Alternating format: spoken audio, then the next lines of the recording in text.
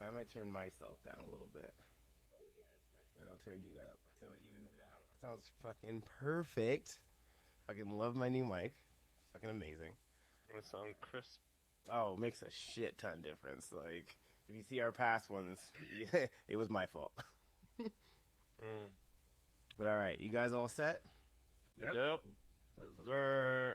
All right, what's going on? What's going on, guys? It's another episode of Fireside Gamer Chat. I'm your host, Commando FTW. I got my co-host, the one and only BKB, the champ over here. You know. And then, of course, we got our special guest, a fellow podcast host, and just an all-around dope person. Like, Cutter, give us a rundown. Give us your intro. Who are you? What are you about? Man, put me on the spot. Well, I'm Cutter Dawg. I'm Anthony. I'm actually a liver transplant survivor. And I took up podcasting and streaming last year. I was lucky enough to survive a liver transplant after 34 years of alcoholism.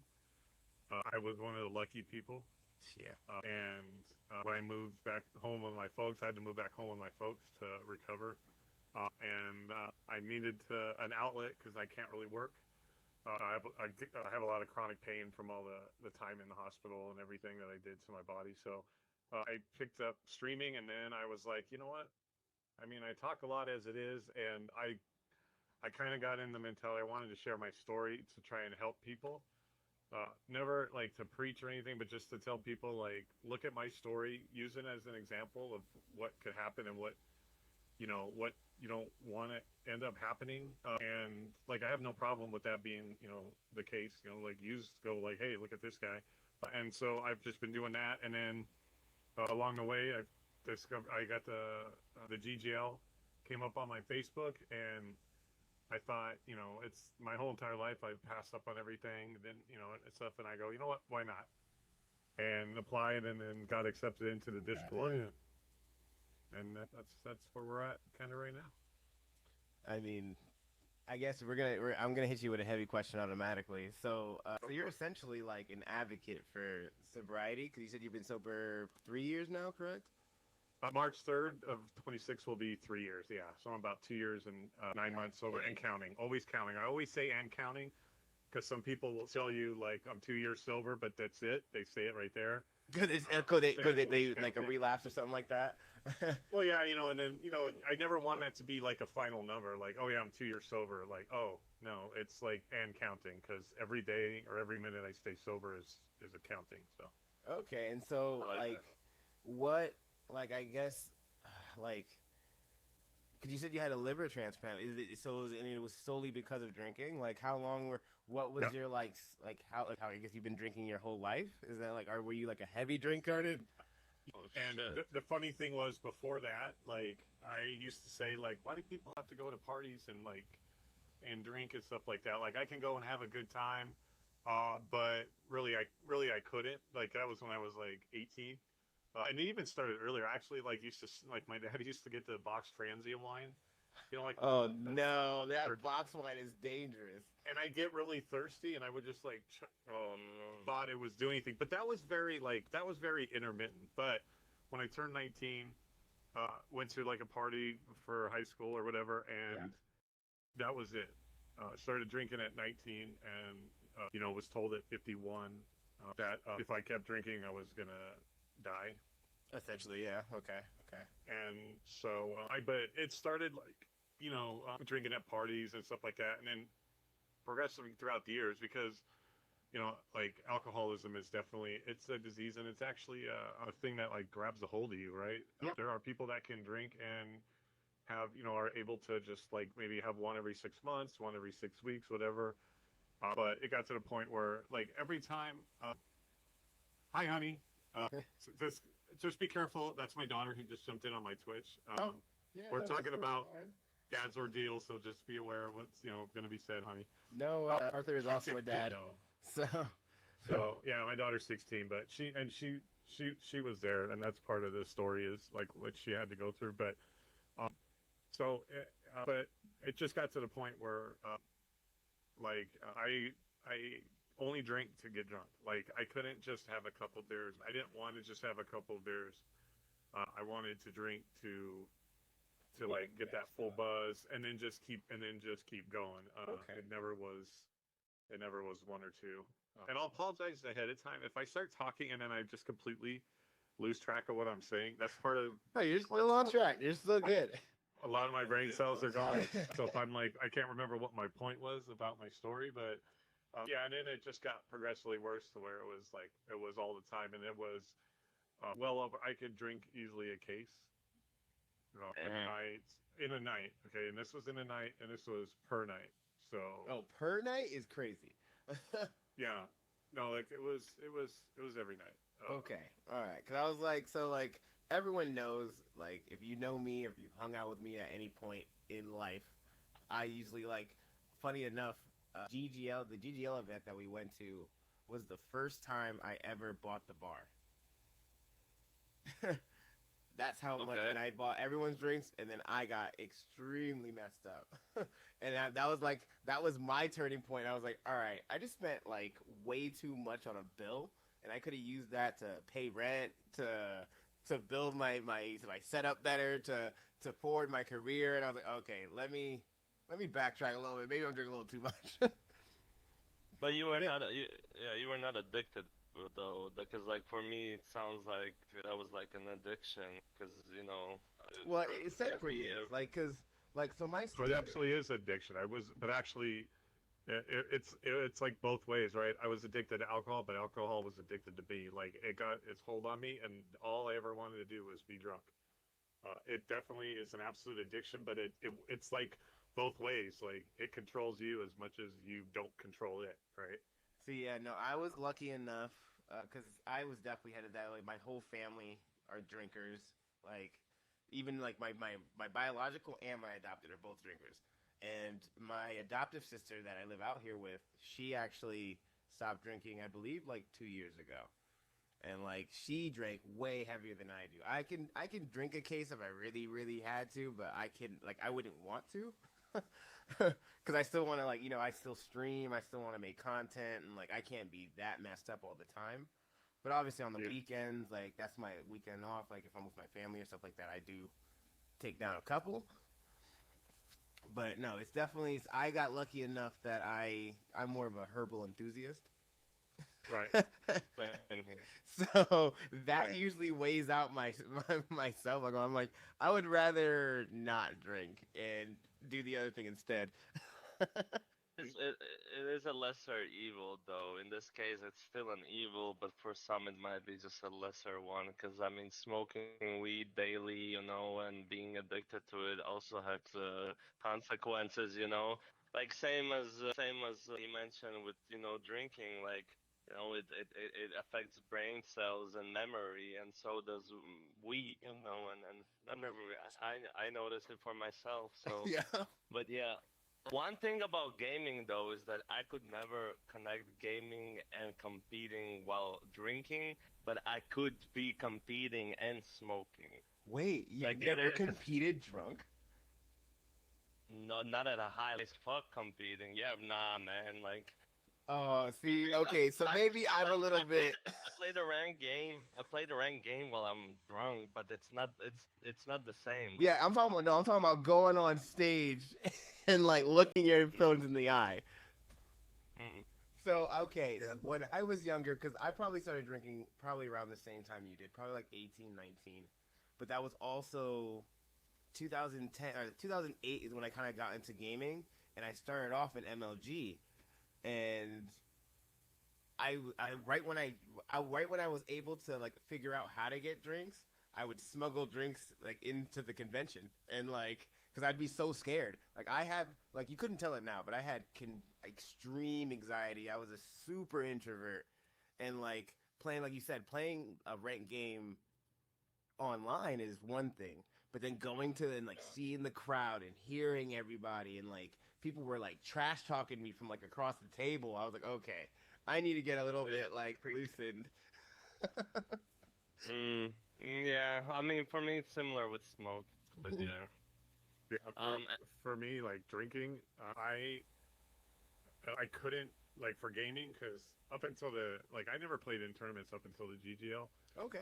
But I've gamed my entire life. But once I started drinking, like I did not. Drinking and gaming went hand in hand, and it to the point where It does. I didn't like the game if I couldn't drink, and if I wasn't drinking, I didn't want to game. Okay. All right. And until June of last year, the first time I started gaming last year was the first time sober since I started drinking and gaming. Oh yes. Too. So for me, it's like a big deal. That's part of like being sober is that everything was. So now it's purple Powerade, right? We talk about my purple Powerade that I drink, but it's like I couldn't not drink while I gamed. I had to, and so now I've been doing it for 2 years. Not See, doing it. I'm weaning off slowly because like you're like you were saying earlier of how like you want to tell your story because like it's like a lesson, like it's a cautionary tale essentially. Like I've seen my sister, I saw my mom, like I've seen so much stuff happen when drinking is involved that I've always prided myself like never to go too far. But That's like bad, man. I learned to go a little like less recently because like just like you said, like see like my thing isn't like I can still play games sober, totally fine. I love playing games. I'm addicted to games, like that I am addicted to. Right. But I will say if I'm playing ranked, I will like phantom reach for a beer if I don't have beer in front of me, and I'll just automatically reach for it like a freaking like Right. habit, and I'm like, oh shoot. Because I went cold turkey when I was working this one job for like a month, and and I noticed my gaming, like I was getting more aggravated, I was losing more, and I was getting even more mad. I'm like, I realized it's not that drinking helps me game, but it helps calm my nerves so I'm not in my head so much.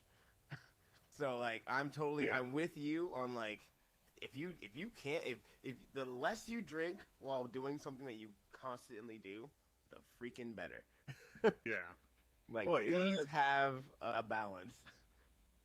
I think it comes to anything though. It's like more of a you're used to the how do you say it?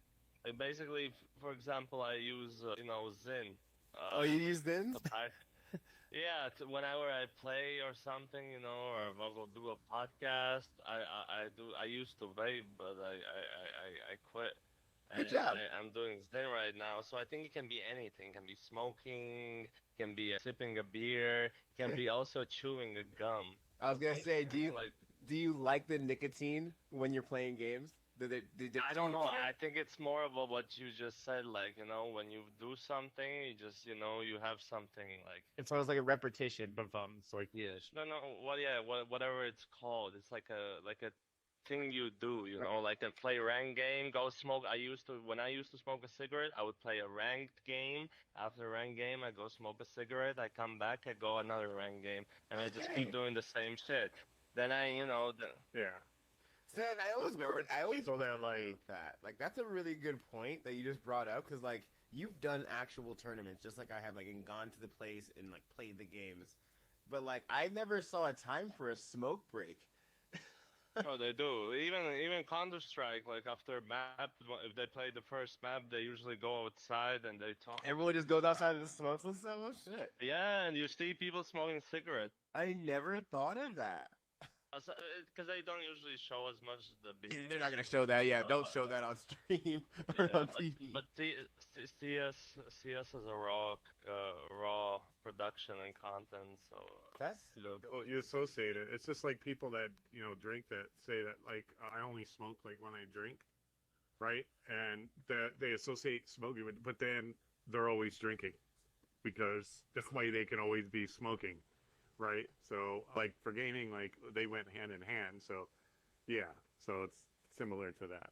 I'm lucky enough that there's a little part of me that's super lazy and that refuses to get up. Like I have to play like at least 10 games in a row back to back to back before I can like get up and do anything.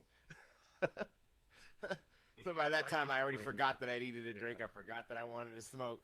And I just keep going. I usually do it when I'm like the start of my gaming, and then after that it's just like I'm like in the game after that. Like my mind is just like synced after that. But you're totally right. Everything goes hand in hand. Like you said earlier, addiction is a strange disease. Like, yeah, kudos for you for being clean. Like, that's amazing. And like you're older than a few of us from the GGL, and you made a name for yourself like faster than all of us. Like, I don't know about that, man. I'm just the guy. I'm trying to. Regardless, you made a name for yourself, and you fought over a very long addiction. So you are a very good living example to a lot of people. That also age doesn't matter, and you can also win the battles, in later stages of lives, and you still can make something good out of it. It seems you're like on the right track. Yeah, kudos to that. that's a very good point. Yeah, think about that. Like, if you try to do gaming back then, it might not have panned out. But now that you've had life experience, you've had revelations, you've had experiences, now you're just like, all right, now I can really focus, double down on this, and really build something. And like I said, your brand is looking solid. I love watching your podcast. I love freaking talking to you. Like, you've always been the chillest person. And like, Just you've actually, like, I've noticed since knowing you, you've managed to bring people together, not only in GGL but like bringing other communities together, and I find that very impressive. I mean, I appreciate it. I'm just a guy, man. I just started out trying to tell a story, and, like joining the GGL was a thing that I'd never done before, right? I never did anything because I didn't do things with my life. Like I never finished school. I didn't try to do gaming. Cause like I said, like you said, what if I had tried it back when I was drinking? I probably would have ruined that, right? Like I ruined the relationships, like I ruined jobs, like I ruined everything, just because I wanted to drink. And I probably would have done something stupid like getting drunk and going on stage and doing something stupid. Yeah. Exploiting your opportunity it's probably better. And it was like with, my late girlfriend that passed away recently, that I told her that, like, you got to meet the sober me, right? So everything that is about me is like 100%, right? Because when you're inebriated and you have alcohol talking for you, and I'm not trying to say this by anything, and this is what my thing that we've heard about on my podcast is, I don't ever preach about it, right? All I ever tell people is, one, that alcohol is a poison when it goes in your body. It just is, right? It's a mace balance. Everyone knows it. But everybody also knows that your body heals, your body can, repair itself. But, and my thing is this: if you choose to do that, just please take care of yourself, right? And then that's why I'm like, don't get to where I got, because I got lucky enough to get a liver transplant. A lot of people don't. But along the way, I ruined like everything, because I never did anything with my life, right? I'm at 53 right now, starting to try and be a somebody and have a life. And, yeah, like I wish I had started this 30 years ago. Yeah, but I also wish I was sober 30 years ago, because again, if I had done it, Yeah. during the time that I was drinking, maybe I would have absolutely derailed that. I mean, I derailed everything else, and and then almost killed myself, literally. And I even had quit for 8 months. When they told me on March 3rd of 2023, the last day that was when I started. That was my first day sober. Yeah.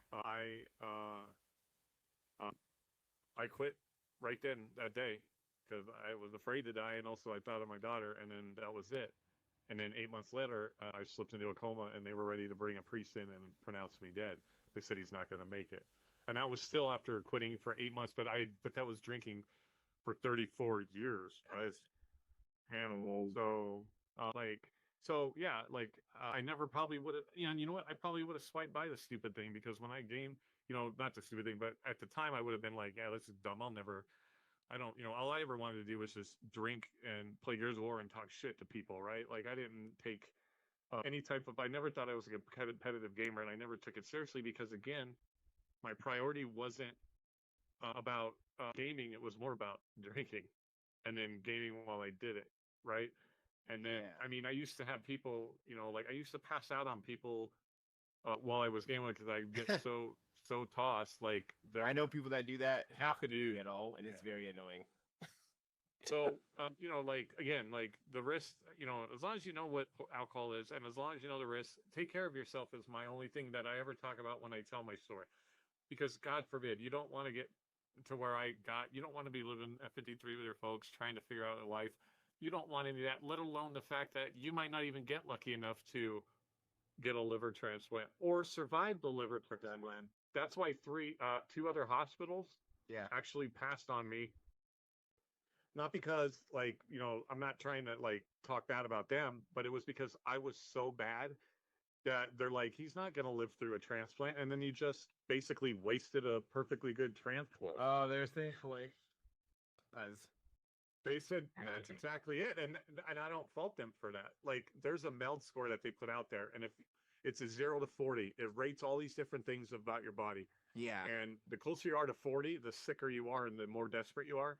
Okay, to getting that. So because when you go on a transplant list and stuff like that, it literally is a priority, right? Yeah, it's all number. The closer you are to 40 is the more detrimental you are and the more fatal it can be. And they need you.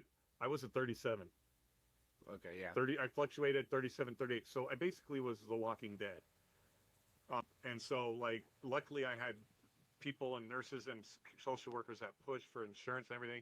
And finally, a hospital in California took a chance on me, Stanford Medical, because they were like, and it was to the point where, like, yeah, like, and that's the thing is, like, I was so far along, they're like, the hospitals were at the point going, like, there's no way he's going to survive this. We're not going to risk that. And somehow I got lucky enough that this person, that this doctor in Stanford Medical took a chance. And then the fact that, I got the liver transplant and survived it. And, Yeah. So. Yeah, you got lucky enough to get on and lucky enough to actually survive the actual surgery.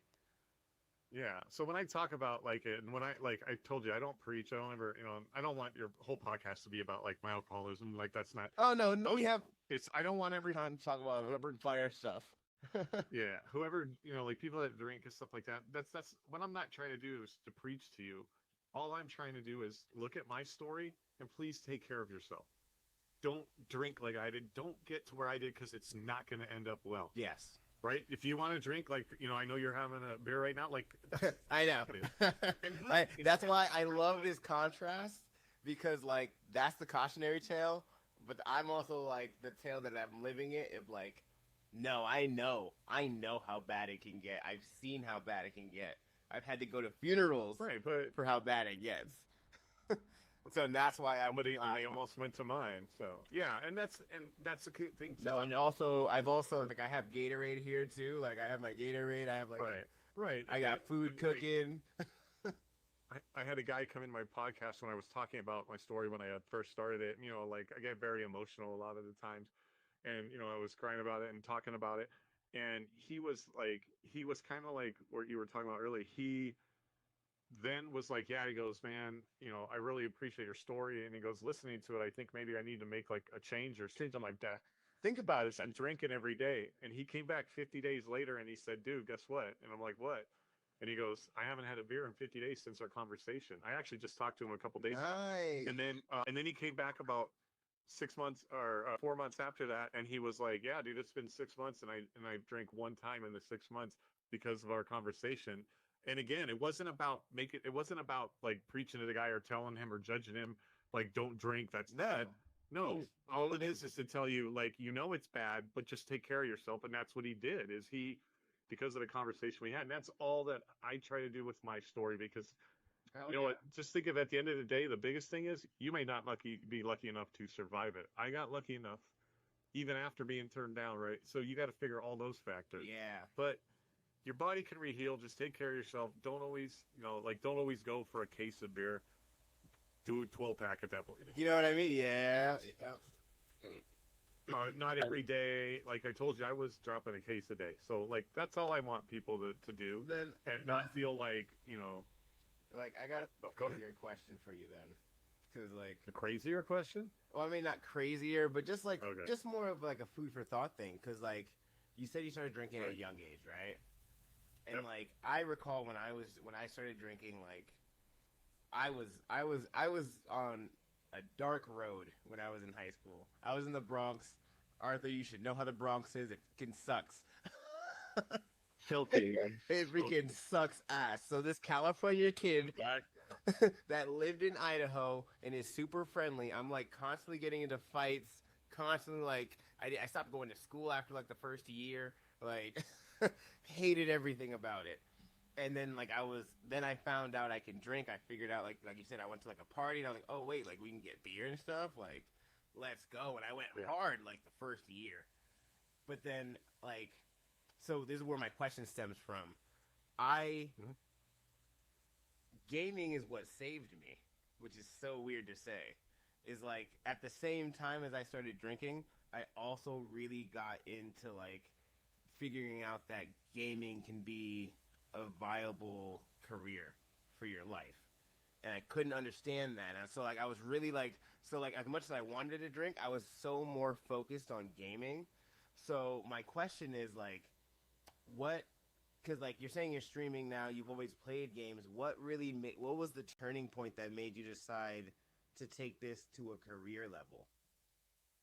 Oh, I mean, the biggest thing was like when I actually started joining the GGL, and I figured like I need to do something with my life, right? I'm 53 years old. I feel like I'm running out of borrowed time.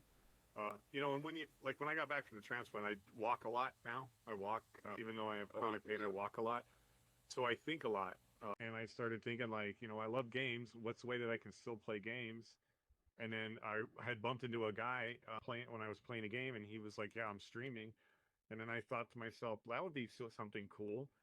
And then I look at the world a little more surrealistic, like a little bit differently, because I got lucky enough that I survived that. I was like, I've always been the kind of person that no matter how much I've been in pain, no matter what I've gone through, how much heartbreak or whatever, I want to help other people. I've always wanted to help people. And I was like, if I can at least share my story and not preach it, right? Like, because I don't really have a right to like preach about alcohol. What I have a right to do is for all the people that couldn't make it, for all the people that didn't survive, didn't get a liver transplant, died, because of alcohol, whether it was just from their body shutting down or accidents or what have you. Like, I feel like I need to talk about it for them, right? For those people. And so, like, I think the turning point was literally when I bumped into that guy, started streaming, and then when I was like, man, do you ever feel like wanting a podcast? Because I watch Rhett and Link, Good Mythical Morning. Oh yeah, I love Mythical. One of my all-time favorite shows, and they're like the comfort thing for me through everything, right? I would watch them. I still to this day watch them. They're a comfort thing. I still continued to watch them when my girlfriend passed. I watched them when I was sick, before all that, and they do a podcast. And I had watched that a couple times, and I thought, you know what? I want to do something where I can share my story, but just like talk to people like we're just hanging out on our couch and share things. But then We can play in co-op. I could share if I could share my story to help people, and like I said, not to tell them that what they're doing is wrong, not to No, that's say, what we care about. This is Yeah. a nice campfire that we're all just sharing our experiences, our stories, and just like it's not telling people to do something or do something else. It's just cautionary tales of like, this is what I've done. This is what happened to me. What turned out to be this way. And so, like, that's all it is. And, like, people take the information, and you don't have to take all the information. I mean, yeah, exactly. Take it anywhere you can. But from your story, to add a little to it, basically, a long story short is you don't have to go through all the trials and errors of being like addicted to something to actually get to do something that you can, feel like you're living life. For example, Cutter Dawg had to go through a long years of, like he mentioned, abusing alcohol, which which led him to a moment, a very dramatic one, but a fortunate one in the end, right? And I'm assuming that is also the moment that clicked in your head, hey, okay, this is my second chance in my life. I need to do something about it, like actual like movie type shit, sorry, with like Literally, like really straight after movie. Sure. But the idea is, guys, that like again, take it, each to its own, and take it as you want. But again, this is a prime, a live, a real example where you don't have to wait till something goes so bad for you to change your life. Just do it right now. This is the moment. Yeah, don't wait those 32 years abusing alcohol or weed or whatever slows you down to live your life. Just do it now, because sometimes you don't get lucky. Yeah, yeah. Sometimes you don't get lucky. Sometimes you don't get the liver transplant. Sometimes you do get the liver transplant, but it sometimes goes south. How things go. Yeah, I was in Right? doctors every day almost after the transplant because they have to track it. Like I'm still monitored, but like the first year was the biggest year Like intense. after. But yeah, it was that was it. Is like I got a second chance, and I'm like I have to do something with it to make my daughter proud, and that's really the moment that I was like, Which that's what you're and then I saying, yeah. figured, like I think I'm like this is a good place for me, which is the streaming and podcasting and content creating world. Although I probably have a long way to go of being like a good content creator, but like my biggest thing is being able to have an avenue to reach out to people that we never used to have us and everything. You always gotta be, as long as you start off authentic, like you're bringing yourself, you're telling your story, you're being a human to everyone else that comes in. Like I think that's the major part. Like production and quality, that all comes in time. Like as you build, Yeah, yeah. build your stuff. So like you're on the right I mean, track. yeah, you already saved a life, right? If you think about it, you don't know what gonna happen with that person that quit already for 6 months, or he said he drank only once. Oh yeah, the 50 day. Yeah, it's true. You somebody You else. can look at it as you want, but again, if that influence is your influence that provided him a really different path to the future, because you don't know what path could have led that person if he would have kept drinking. So that is already like such a crazy W, like if you think about it. Not like yeah, like no one, like what a regular person, what does a regular person usually do? Wakes up by himself, gets ready to work, goes to the office, makes some sales, some regular sales job. But it's like not purposeful. I'm sorry, but it's not. That's why I quit the corporate bullshit, because it just drains the soul out. Same. But here you have probably done more than like all these hundreds of people working in these offices trying to sell jewelry or whatever that doesn't do anything, it doesn't benefit anyone besides just taking money away and being scammed, yeah, helping or benefit. But here you have a story or whatever, your words reach to a person and booms, and he potentially has changed the life. And it might be a boomerang.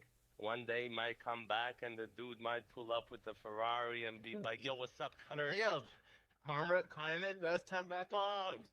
Yeah, I'm healthy as fuck. I made some millies, Like, yo, come roll with me real quick. Help me out. I remember the day when I quit drinking. Like it's like, yeah, that's what's important. Not going to the office and selling another designer clothing. With this Some very something like that. No, I'm with you on that. yeah. So yeah, work on your Yeah. community, keep growing it, and it's all gonna be a shiny light in the end. And yeah, for you definitely, you have such a credibility because of the year's story. You have the receipts for everything that has happened to you, and yeah, and then you can just literally build off the community, obviously in a genuine way, Yes. But you can, definitely something Yeah. you Not to do that now. But now I had a question that I thought about because I don't think I've ever asked you, Arthur. Yeah. So I asked Cutter, like, what was that turning point that you decided to turn gaming into a career? What was that point for you? Because you didn't drink really like that, like. No, no. So yeah, I just moved. I studied in my country. I finished the high school. Long story short, I finished my high school. I worked since I was 16 years old. I worked on rickshaws, which I don't feel good about. Sorry, all the people I did scam, because I was 16. I had to make it. Oh no. I was young. I was ambitious. I had a lot of ambition, but I did scam a little extra money out of tourists in Latvia. Anyway, I saved up the money. I moved to Denmark, and I was 1 month before doing my bachelor's exam. Oh, Heroes of the Storm came out like somewhere like half a year before the exam, so I kept playing. And 1 month before the exam, I got contacted by Virtus Pro, and they told me, it's literally how you started. yeah. Well, to like where the completely pro level. Yeah. The other I started competing at 14, but that's like semi-pro in some unknown games. Oh, okay, that's what I was asking. So you did think of like being an esports person. A pro? Yeah. I mean, that just works because I guess I was just playing a Team Fortress 2 competitively, TF2, if you remember the game. Yeah, I remember. One of the yeah, yeah, and I was really good at it. And then I was like, yo, if there's ever a game I can go pro, I'll go pro. Then I kept playing new games and test them Oh, out. and tested which one you could make it on. Holy sh! Yeah, I wish I know it. I would have known at 14. Oh my. yeah, I knew it. I never knew it's gonna happen because I had to be realistic. There's millions of Counter-Strike players, millions of League and Dota players, so those games for me were like, yeah, I was already, imagine I was like 13, 14 and thinking like that. I was like, yeah, I'll never be pro in those, 'cause it's unrealistic. Yeah, you're very down to earth. Yeah, if I was ever gonna go pro, then I'm gonna go pro in a new game. And I kept waiting and waiting, year after year after year. And Heroes of the Storm came out, and I was like, oh, I love this game, and I'm so good at it. And I kept playing, and I was ready to finish my university, but I had a feeling that something is, going. And Yeah, I right. quit my university. Yeah, signed a contract, and then I started my esports. That's nuts. That's what I had nothing to do with drinking or anything. I mean, you had such a chill. Like, I mean, you did some crazy stuff when you were younger, but you had a really dope come up. Yeah, I love doing drugs and doing weekly rave parties and stuff like that. But that's it. I had no issues. I never had any problems. I was always healthy. I would go to gym. Like I was super healthy. You always made a balance. Yeah, I guess. But yeah, my only problem has just been the bud, the flower, because it's just I know it affects me in some ways that probably my life would be better without it. But I at the same time it helps me cope with stuff I was just gonna say because that I still never know because I mean, granted, I know they're both addictions, but herb is considered a medicine in some fields and in some different religions and stuff like It's very medicinal. countries. Like it does yeah like do stuff as long as you do it like it does. all the same. As long as you have a balance and you're not like going Yeah. so hard on it. That's why like I am, but for me, I only go hard because I don't also use anything else.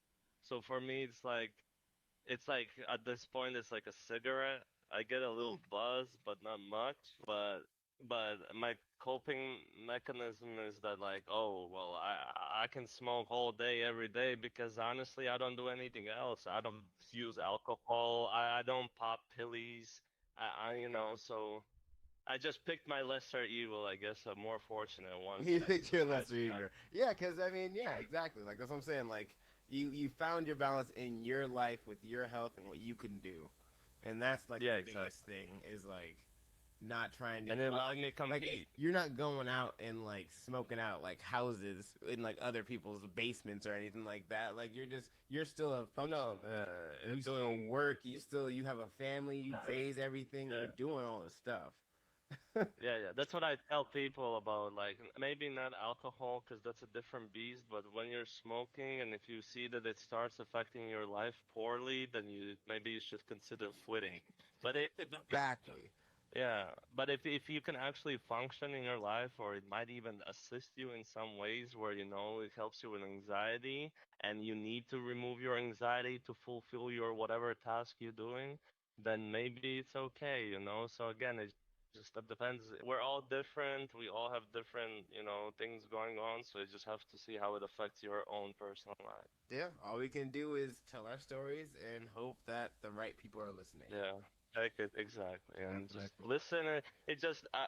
I have to say this, and I think most of us would agree. Is just we're very flawed, like human beings. Oh yeah. We tend to hear and listen, and we just like it comes from one ear and it goes through another, right? In a ways that like when our grannies would say, "Hey, don't forget to put the scarf or you're gonna get sick." And then, so you're like 8 years old, you're going to school, and like I want to look cool. I don't know where. And then you come home, and then booms, and after a few days you have bronchitis, and you're going to hospital, and this and that, just because again, like, and we grow as older, like we start maybe just we human beings, we only start looking at shit seriously when it affects us. Yeah. Like most of the times, it's so hard to take someone else as an example and just actually, you know, make something out of it. We usually wait till it happens to us. That's unfortunately a flaw. Like the gaming fit of like getting a community and like being with like-minded people, because like I feel like within the gaming world, within the gaming industry, like we've all had some kind of story. Even like the like entitled people have had some kind of story, and like everybody in playing the same games, and then we all connect, and you're meeting all these people with all these different life experiences.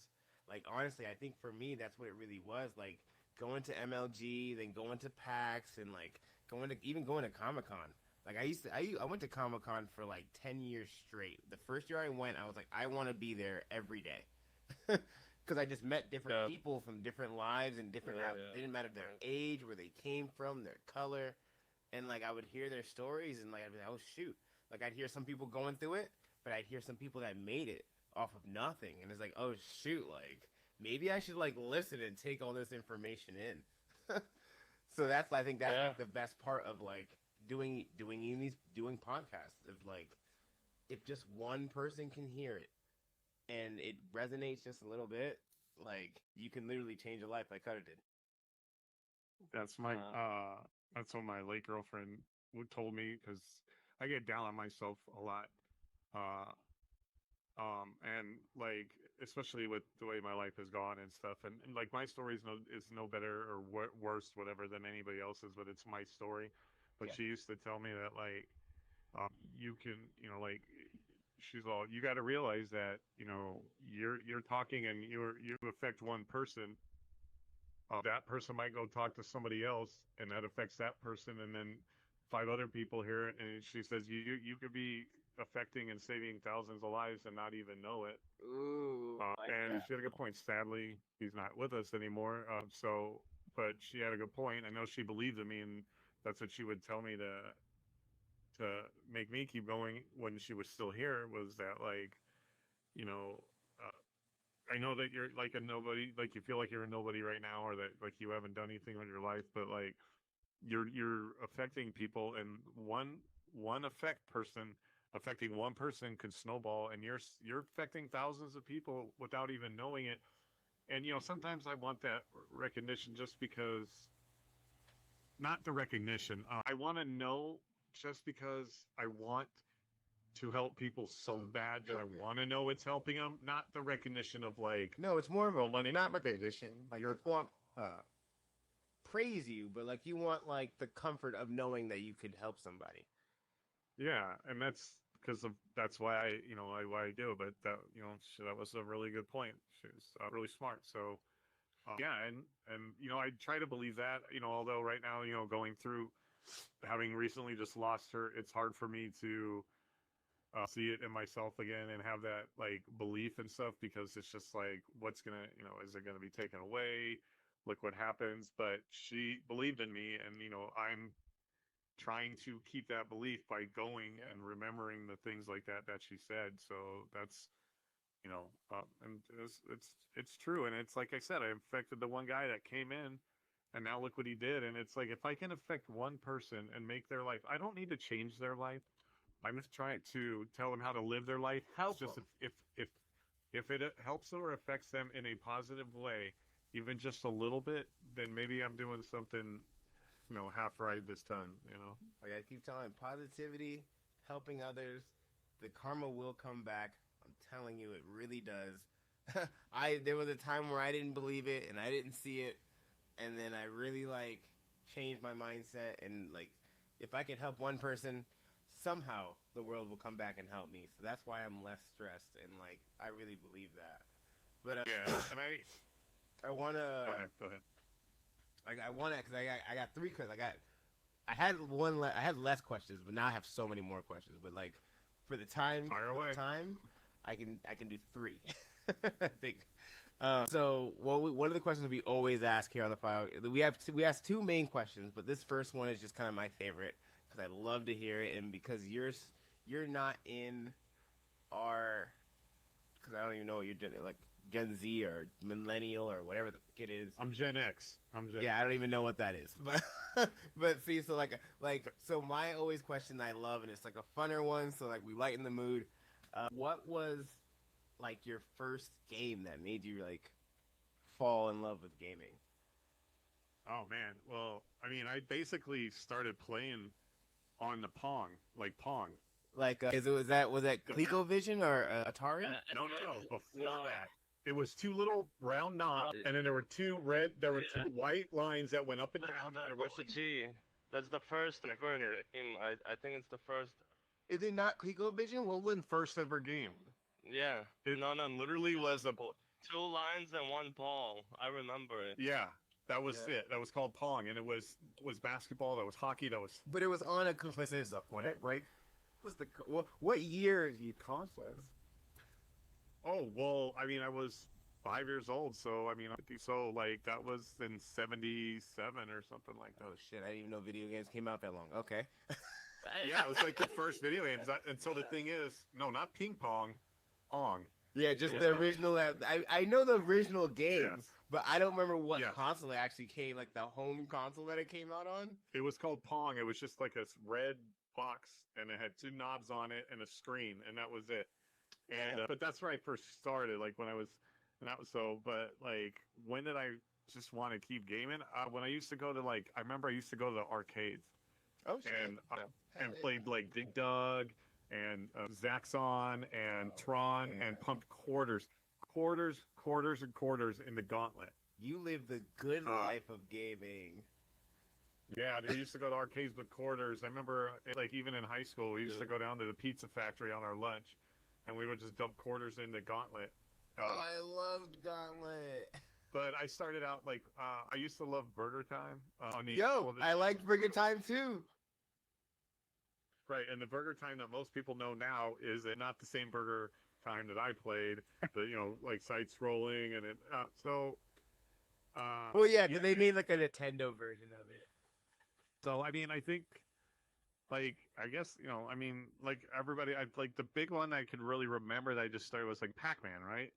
Oh. And then and then games like Pitfall, and then I fell in love with Kid Chameleon on the Sega Genesis. And then I just kept going from there, and then it got to a point where, believe it or not, I didn't play first person shooters until later that you would think, but I played sports games for the longest time. Okay. Because the first time I tried to play first person shooters was the original GoldenEye on the Nintendo 64. Oof, love that one. Top 10. And I didn't know what I was doing, and a guy and I were playing, and he ran up his character up to my character, and I didn't know how to use controls or anything, and I was throwing grenades over his shoulder, and his character, he just slapped the shit out of me, just beat me to death by hitting me, slapping me. And then I was like, that's it. I don't want to do these stupid games. I don't know how to do them. Oh, no. Then I started playing sports games, and then it was always sports games for every year. That's all I ever played. And then when I got the Xbox, it was Splinter Cell, and then it was Halo, and then it was Gears of War, and then it evolved from there and stuff. Beautiful path. That's the best the 3 best shooters to go. Splinter Cell makes you feel good about being a shooter. Halo, such a perfectly built game, and then Gears was such a Yeah. unique game for its time. Okay, so then if you give us one or two games, if you can't think of one, which game has you played the most? Or I'm assuming the game that you played the most has affected you the most gaming wise, but which are one or two games that you have literally spent the most time in your life that What's your top one? One of Yeah, well, Gears of War, because I have a tattoo of it on my arm. Yes. I spent countless hours on Gears of War, a great chunk, and probably like more hours on that than like everything combined. Like I spent tons of tons and tons of hours on Gears of War multiplayer and the campaigns. I rerun the campaigns of every Gears of War like 30 times. So you're ready for this new one then? Oh, I'm so pumped for E-Day. It's not even for. Like I said, I mean, I literally have a tattoo. I have books. I have a statue, a Marcus Phoenix statue, right? Oh my God, you're me with Halo. That's me in Halo. Right. So, well, yeah, and I had to bite my tongue because a second ago you said something about Halo being a perfectly designed game, and You better not say nothing ill about Halo. It's your podcast, so I'll keep shut off. Halo saved my life. I would not. I played Halo up till Halo 3, and then I found Gears of War and never looked back. I have an opinion of Halo, but I did enjoy it up to Halo 3. Because I know, like, it's so long and serious in Halo 3. I played all of them, but I didn't realize there was a career until Halo 3, and they were already doing Halo 2 tournaments, and I had no idea. I met some kid in like a church, and he was like, "Hey, you want to play Halo online?" I was like, "On the original Xbox?" I was like, "Dude, it doesn't go online." He's like, "Oh, it does." Yeah. And I got smacked around for a year straight. Like the only thing I'll say about Halo, like you said, I can't badmouth Halo, but I'll say like I don't agree with it being perfectly designed, and the biggest reason is no cover system, and that's all. No, that's what made Gears unique. Yeah, and so, but I just didn't like that. No, Call of Duty don't have a cover. I mean, I guess you kind of do have a cover system. I know, and you don't want my opinion on Call of Duty because I go off on mine. But okay, GoldenEye, like you just said, GoldenEye, no cover. It was just straight up. You see somebody, you and I didn't play it after that experience. So, and that's the thing. But once I found Gears of War, you were like, you can duck. Clean. I loved, right. I loved it, like Division 2. But so Gears of War is love Division. Division 2 I put a ton of hours into, but what I put a lot of hours into when gaming is open world games. So like Assassin's Creed's, Far Cry's, just like, I mean, Assassin's Creed Valhalla alone, I did over 500 hours. That's crazy. The single player, but what about open world MMOs like multiplayer? Yeah, because those are single player. I played World of Warcraft on and off. Okay. Now I'm playing ESO a lot. Okay. I dabbled in EverQuest a little bit, but I just didn't stick to it. Out of context, but I still think they need some time. But I think Ashes of Creation looks promising. I heard about More I know it just kind of was like, yeah, it's a little underdeveloped, but it looks very promising. Honestly, like one of those. There's so many. Yeah. I got faith in that. But I will say that the game I'm obsessed with right now is Arc Raiders. Are you? Yeah. I have been seeing your increased posts on Arc. Which, that's like everyone. I'm seeing so much. Hey, CJ, watch your mouth, buddy. No, I think it's a great game. I got addicted to Dune when it was free over like a weekend. And like, I watch your videos and I just play through you. Like, so I don't need to deal with all that stress. I just watch you do it. That's how I feel about a lot of games. Like I was saying, like the previous episode, I don't play a lot of card games, but I'll watch BK. I'll watch the homies play card games. I mean, yeah, it's I don't know. I would rather watch. Like, I love gaming so much that if I can't play it, I will definitely watch it. Yeah. So definitely, I love open world games too, because like that's where most of my hours will go into, or because one, I believe that open world games are a huge investment, right? They become an investment because linear games is like you beat the story. It's like, what do you do with it, right? Yeah, if you don't have end game. And multiplayer is a whole nother conversation of itself. But like open world games, there's so much to do, and for people like me, and I think a lot of people like to do this is escape, right? From the things of the real world. When you get an open world game, you get to be the character. You get to, and I do everything. I'm a completionist too, so I do everything. But it's also because I can immerse myself, and I just get to escape and become and become in this world, for a little bit, and it takes away everything that's going on, at least for like a little bit while you're playing it. Yeah.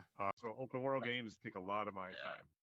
Yeah, and in addition, I think another part is progression. I think us humans, again, we're kind of flawed, and we do like progression, but at the end of the day, I don't know why, but we're just also lazy, so it's hard to be more progressive in your real life. So it's a lot of people. It's a lot easier to do it in the game. Doing MMOs, and they build up their characters there. They level up, they upgrade their, instead of getting a new Gucci bag, they get like a new legendary shiny armor that gives you Yeah. plus 20 thorn, and stuff like that. And It's shit. you're not like, maybe you don't have the drip or swag in real life, but in this game you're the coolest guy because you have that potion. Also, yeah, it be like that. That's how I think that's also another big part of it. I think that's also another big part of it. It's just like people want to escape reality, and then they understand also that the reality is very hard to attain sometimes, like the good stuff, the luxury stuff. And if there's a game that lets you experience it in a virtual way, then it makes you feel good, and you might do. Yeah, I mean, I'm guilty. I've done that. I've been playing Diablo 2 for a lot, and when I am max character with the max set, I'm good to go. Like, I feel good, and I'll put the game away. But yeah. I'm with you on that. All right, Cutter. We're hitting on time, but I'm gonna make this a two-parter. All right. Okay. It's gonna be like a kind of yin and yang situation. So the first part is like being in this role now, understanding that like this is what your career, this is what you're heading towards, this is what you're building. Obviously, with all the things you've gone through, all the hardships, there is times where you may feel like down and out. So the first question is like, what is like your motivation to push through that and like excel in what you're doing right now? Like you're making posts, you're podcasting, you're a part of a global gaming league now, you're doing all these things, and like what's keeping you grounded? My daughter, most importantly, because one, I almost lost her, or she almost lost her father, and I don't ever want to do that to her again. Fair. But I want her to like be proud of me. Like, I've been a nobody. Like, I didn't do anything with my life, right? I didn't do anything with my life. I didn't become a doctor. I didn't learn guitar. I didn't compete competitively. I didn't get a career. I just jumped from jobs to jobs. Yeah. And I want to be a somebody. And so definitely my daughter. And then most recently, You're good. I had to do it for my late girlfriend because she believed in me. And so, like, those are the two things. Like, I want to be a somebody, period. And I really want to do it for my daughter. And I want to honor my late girlfriend because she believed in me. And I can't, let her down. I can't let my daughter down. So, this is like it. This is like endgame. It's like all in. I have to do this. And I just want my daughter to be proud so that she can go and tell, her friends like stuff like, oh yeah, my dad's, gonna have, is having this big podcast, and yeah, my dad's in a gaming league, or my dad works with team's a big streamer, right? Instead of like, I don't like going to my dad's house because he's always drinking, like, and I just want to be somebody. So she like, and I know she says she's proud of me. I know she looks up to me. I know she's like, you are somebody, Dad, but like, I don't necessarily feel that way. And so, but I do it because I just want her to continue to believe that. And then, yeah. so. Yeah. I mean, it goes both ways. Hey, CJ. if you believe in it, she will believe in it more, right? So first, first place, you have to believe it. So until you believe it that you are, where you wanna be, keep pushing, and then it's just gonna, help the other people, like your daughter looking up to you, or your, beloved ex, condolences. But regardless, these things are gonna keep amplifying. Just keep pushing, and everything's gonna work out. You're on the right path. Right And now. you were giving a second chance. You took it. You took it. Uh, you gotta keep pushing. You got it, man. Yeah. So then, all right, real quick, because I'm gonna speed run you. So the second part of that question is, so Right. like, you have great motivation. What is the advice? I know you're just starting, you're just building your brand, you're building your community. As of now, if you could give somebody that's starting in your position some good advice, some really good advice that's not like some Oprah stuff, like, what would you tell somebody? What would you tell your younger self if you could? Man, well, one, stay busy. Like stay busy. Like, and I like that. yeah, Already like me. because That's already me. as you are like, yeah, you've got a lot of things going on. Like, one, it keeps your mind going. But well, I mean, obviously, like, without sounding like Oprah, I would tell them not to drink. But on the flip side, the thing is, people say, like, would you regret like going back? Is that, well, if I didn't do all those things, one, would have led it to my girlfriend, would it have led it to this, would have I have learned these lessons? But the best advice I could give everybody is, like, do things that you love, but take care of yourself, right? Like, be aware that, like, there are risks involved in things, and honestly, like, just every opportunity, like, this isn't like Oprah, this is serious. Like, so many things I passed on because I was just like, no, that couldn't happen to me. No, that wouldn't happen to me. Like, don't do that. Like, don't do that, because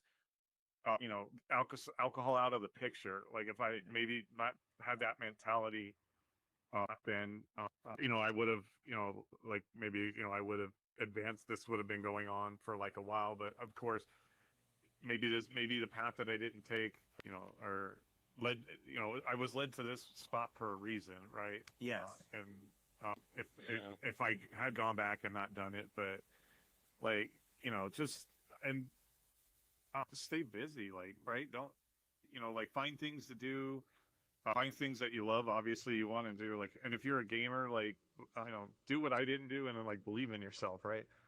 Like, but take opportunities. Like, every ask that comes up, even if you're gonna get a no, just take it. Right? Yep. Because Take that application, apply. You never know if you get accepted or not until you do. You miss 100% of shots you don't take. Yeah. That quote sits with me every day I wake up.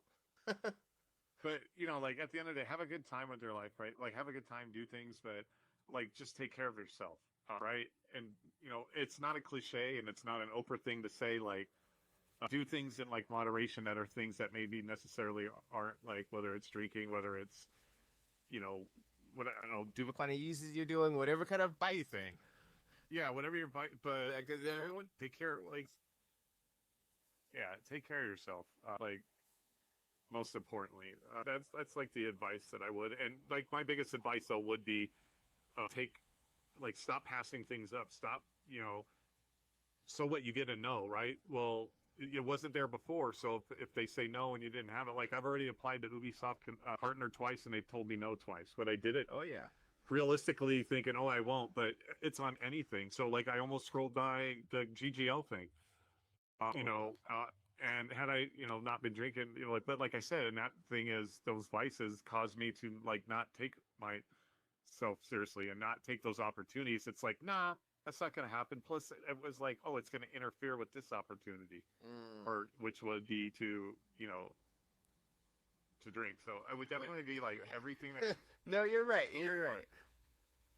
No, yeah, that makes total sense. That, honestly, it is not cliche. That it's beautiful. I agree 100%. Please do not pass up on opportunities because you think it's not possible. Don't try something because you think that it's not something that you're feasible of doing. Like, Yeah.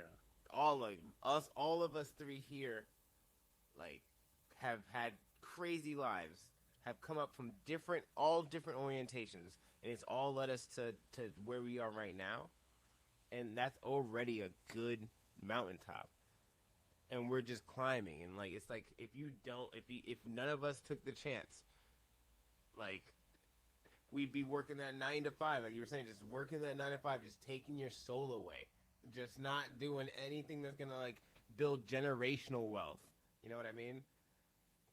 Make people proud type stuff. So I agree. Yeah, I agree with and you 100%. That's what I always said is I want to be people famous, not like money famous, right? Yeah. Like I like the podcast, like, do I want to make money? Everybody wants to make money at the end of the day, right? But we have to. it's like I want the ability to reach out to people. Like you need money to live, right? Yeah. So that's one thing. But I'm not trying to be money famous. I want to be people famous, and when I say that, I mean like being able to reach more, lots and lots of people to share stories to hopefully reach out. Because the thing that we don't do in this day and age is actually like talk and understand people, right? Why? Like we don't understand, like, why did Anthony cry when the Redskins lost the NFC Championship last year? It's just a stupid football game. Well, when you get to know me, you kind of know that, right? The reason that I root for that team is I had, a traumatic experience as a kid, and they were on the TV, and at 5 years old, I became a Redskins fan. But you don't know that there's all these things behind it, right? Like, Yes. and even like, why did he drink? Why did he drink? Why do people don't sit down and take time to understand, Nice. like, and people and figure it out. that way. And yeah, and then it's like, again, right? Like, for example, you don't have to get on board with the fact that, like, I'm not telling you to not drink, but if you can understand like what I went through, and you can understand why I want people to take care of themselves better when it comes to that, then that's the point, right? Not like, I'm not telling you not to drink. We're not trying to tell you to stop how to live your life or have a good time or or do what you want that makes you happy, even if it means having a couple of cocktails. All I'm saying is, like, take care of yourself so that you can continue to do all those things. But then you'll understand, like, people when you sit down and talk to them, as opposed to just, oh, that idiot's a drunk guy. Like, okay, well, but do you really know me? Yeah. Or that idiot, that guy drama dumps and used to be an alcoholic, and oh God, but you don't take the time to sit down and understand why I'm so emotional, or this or that, Know the or person. why you love games, or why, Commando is such a legend, or what drives him and stuff like that. Because people just see you as like a name in Discord. They don't actually know like what you're about. When they get to know what you're about, maybe they understand you more. Now, they don't have to agree and be on board with everything about you, but they'll understand you, and then maybe they'll be less likely to be judgmental or angry or whatever it might be, right? Yeah. So 100%. I just think I take agree. time for people, take time to like be to understand people, not just look at people and see them and judge them and be whatever. Like, take time to know them, and then figure out at that point what your thought is of that person, be it good or bad, right? Yeah. You can still understand somebody and still dislike the person, but you can understand why they are the way. It may not be like conducive to your like mental health or whatever, but that's what I'm saying. So just, like get to know someone before you just start, and then that'll. He dropped a couple of knowledges on that one. He dropped a couple of some real good advice that honestly, at all of the things he just said, all of those things you should take into heed and understand.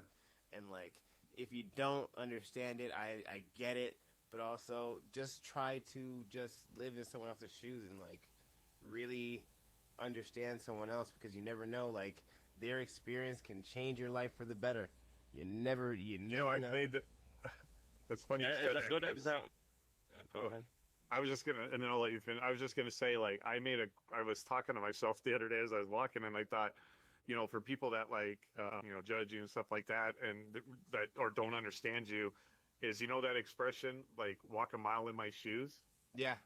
Like, for me, it's like people like walk a mile in my shoes. Like, you'll walk 10 feet and you'll get out of my shoes. Like, walk 10 feet, but you'll understand. Fuck a mile. You'll understand. Like, you won't have to walk a mile, right? You'll walk 10 feet. It'll only take that long, but before you judge me, walk those 10 feet. But I'm saying, like, that's what I try to be, is like, you'll want to get out of my shoes after 10 feet. don't get to that point. Walk the full mile. So Yeah, you can understand. figure out how to not walk in my shoes and make the Yeah. mile. Exactly. I like So, that. oh yeah, I'm sorry, BK. No, you're good. You're good. I was just saying, like, for easier words, also for others to understand. It's like even sometimes there's like a lot of homelessness going on in New York, and I really don't know their. Yeah, you don't know their stories, and I think like, and some of those homeless people look like drug free and alcohol free, and they just look like they were they have a story to tell that people don't know, and it's like that. It's like Everybody has a story. Everyone, exactly. Yeah, and there was a quote that Keanu Reeves had made when that he, and I felt like it fit me because I feel like I tell people a lot of times I feel like I'm broken through everything, and everybody has a story, and there's more people out there like me. Yeah. But he sat down next to a homeless guy and just had lunch with him one time, and paparazzi and people were taking pictures, and somebody had asked him like, "Why are you sitting down there?" Talking to this guy and stuff like that, and like the guy's handing you over his offering his sandwich. He goes, one, people don't take time to understand people, and two, some of the most broken people are the ones that want to help people the most. And he wanted to sit there and talk to me and help me, and it's like people don't realize that because they don't take time to sit down and talk to that guy, right? And understand that he is broken, and this is why he wants to help, because I, like myself, I don't want people to be as broken as I have been, right? And so I want to help people, and like all of us, right? Oh, you're trying to sway him into the right path. Yeah. So. No, I agree. No, that's a beautiful thing, especially like, I know, like you just said, Arthur, like, I know New York has gotten real worse since I left. It's gotten real bad since I left. And so to like that was one of the things, like, even when I first moved out there in like, I don't even know, like 06 or 03 or something like that, like, it was not as bad as it is now, but it was, to me as a child, as like a teenager, I was like, this is crazy. I can't deal with this. But like every now and then I'd be in a situation where like I'm stuck at a freaking train station, or like I'm in Times Square, or I'm like in Long Island, and Long Island Railroad stops running, and it's like, all right, it's me and like 3 homeless people here. It's like I could be scared and run away and like try to find my own little sanctuary, or like I could just like be chill and like be like, yo, what's going on? What you doing? Where you been? What's your name? And I got some amazing stories out of that, in which I love stories, because I understand history repeats itself. So if someone tells you their story, that history still repeats itself. It might not be with him, it could be with another human being. Because we're all, like you said, we're all humans. We're all flawed. Yeah. So it can happen to any of us. So I take every story I ever hear with heed, and like try to understand, and try to utilize any kind of information I can get out of it for myself. And that's what I feel like, that's what I've been trying to bring. That's what you're definitely trying to bring. That's what Arthur's that's what we're trying to build. And I think that is the actual way to like change this world. For real. Yeah. Absolutely agree. But hey, we are a little bit over time, but it's totally fine. I love you guys so much. We had clearly a really good conversation. Appreciate you guys so much for stopping by, and Cutter for taking the time out to talk to us. I know it's late, but I am so grateful. But it's never late to give shout outs or let us. Oh yeah, no, we still gotta do that. You still gotta, Cutter, you gotta let us know who you are, where we're gonna find you, what you got coming up, what's your plans, what's going on with you, how can we all find you? Floor is yours. Oh, okay. Well, first I have one question. When do I get to become your hype man, Commando? Oh, dude, you've already been my hype man. You've already been my hype man.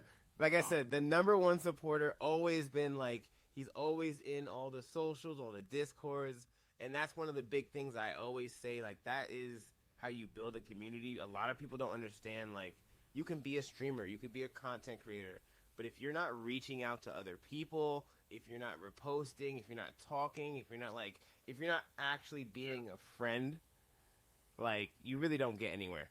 Like, you got to be talkative, you got to be responsive, you got to be that person. And Cutter, you have, since day one, I still remember the first time seeing you. Like, literally you were literally the 5th person I saw in the GGL.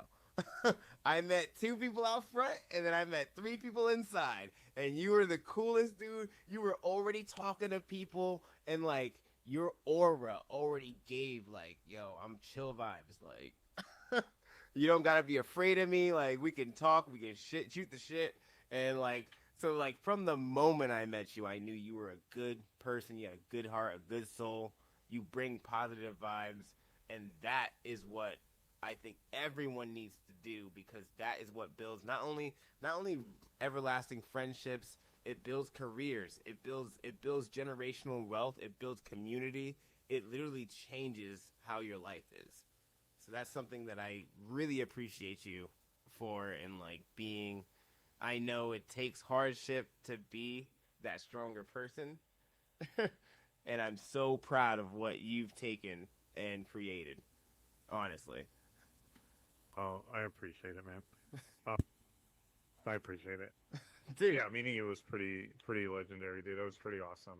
And it made me feel good because that was the first time I had gone since coming home from the transplant, and in years that I ever traveled, that I ever did anything like that. And it was like it was a life experience for me that I never allowed myself to do before. So, but yeah, it was pretty awesome. So I appreciate it. But I know you got your time thing, but so as far as me, like, I'm Cutter Dawg 52 literally across everything. So you can find Cutter Dawg 52. I stream to Twitch, I stream to Kick, I stream to YouTube. My TikTok, my Instagram, my X are all Cutter Dawg 52. Oh, nice. The only difference is Cutter Dawg podcast I do on Twitch also. And then I'm trying to now, like, I now push it to like YouTube, so I'll do it on Twitch and YouTube. Oh, nice. Trying to build that, and then I just that's what I'm doing. Then I put up my clips. I try to edit and make fun clips to put up on my socials for people to enjoy.